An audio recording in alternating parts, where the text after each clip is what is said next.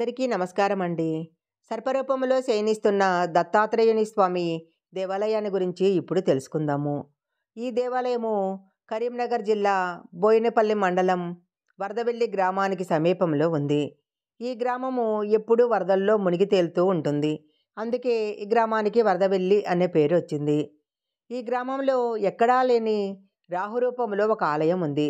దత్తాత్రేయ స్వామి వరదహస్తాలతో వెలిశాడు కాబట్టి ఈ దేవాలయానికి వరదవెల్లి అని పేరు వచ్చిందని కొందరు అంటుంటారు. ఇక్కడ రాహురూపము అంటే సర్పరూపములో దత్తాత్రేయుడు శయనించుంటాడు. ఇలాంటి పుణ్యక్షేత్రము ఎక్కడా కూడా ఉండదు. ఈ ఆలయ దర్శనం అయిన తర్వాతనే వేములవాడ రాజరాజేశ్వర స్వామిని దర్శించుకోవటానికి వెళ్తూ ఉండేవారు. అయితే ఇప్పుడు మాత్రము ఈ ఆచారము అంతగా కనపడడం లేదు. 900 ఏళ్ల క్రితము శ్రీ వెంకటాచార్యులు వరదవెల్లి గట్టు మీద 12 ఏళ్ల పాటు వెంకటేశ్వర స్వామి కోసం తపస్సు చేశారట.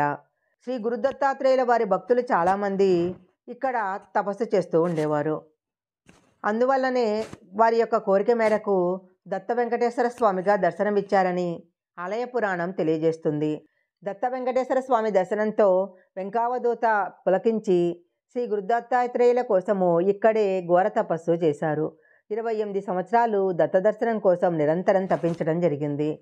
అవధూత తపస్సుకు మెచ్చిన దత్తాత్రేయుడు వెంకయ్య దూతతో, నీకు రాహు మహర్దశ ఉంది, ఆ కర్మను అనుభవించాలి కాబట్టి నేను రాహు రూపంలోకి మారి శయనసర్పుడిగా దర్శనం ఇస్తానని వరం ఇచ్చాడట. ఇలా దత్తాత్రేయ స్వామి రాహు రూపంలోకి మారాడు అని అక్కడ స్థానికులు చెప్తుంటారు.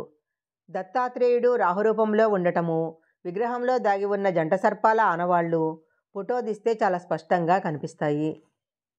ఇక్కడ దత్తాత్రేయుడు దత్త వెంకటేశ్వర స్వామి రూపంలో భక్తులతో పూజలు అందుకుంటం జరుగుతున్నది. కోర్టు కేసులున్నవారు, ఉద్యోగం కోసం ప్రయత్నం చేసేవారు, రాహు మహర్దశ ఉన్నవారు, వివాహాలు కానివారు, సంతానం లేనివారు ఈ దేవాలయాన్ని గనక దర్శించినట్లయితే మంచి ఫలితాలు లభిస్తాయి. ఈ దేవాలయము కరీంనగర్ జిల్లా బోయినపల్లి మండలానికి దగ్గరలో వరదవెల్లి గ్రామంలో ఉంది. ఈ వీడియో కనుక మీకు నచ్చినట్లయితే లైక్ చేయండి, షేర్ చేయండి. ఇలాంటి మరిన్ని వీడియోల కోసం మా ఛానల్ సబ్స్క్రైబ్ చేసుకోండి. పక్కనే ఉన్న బెల్ ఐకాన్ని యాక్టివేషన్ చేసుకుంటే మేము పెట్టే వీడియోలన్నీ కూడా మీకు ముందుగానే నోటిఫికేషన్గా వస్తాయి. మరొక మంచి వీడియోతో మళ్ళీ కలుసుకుందాం.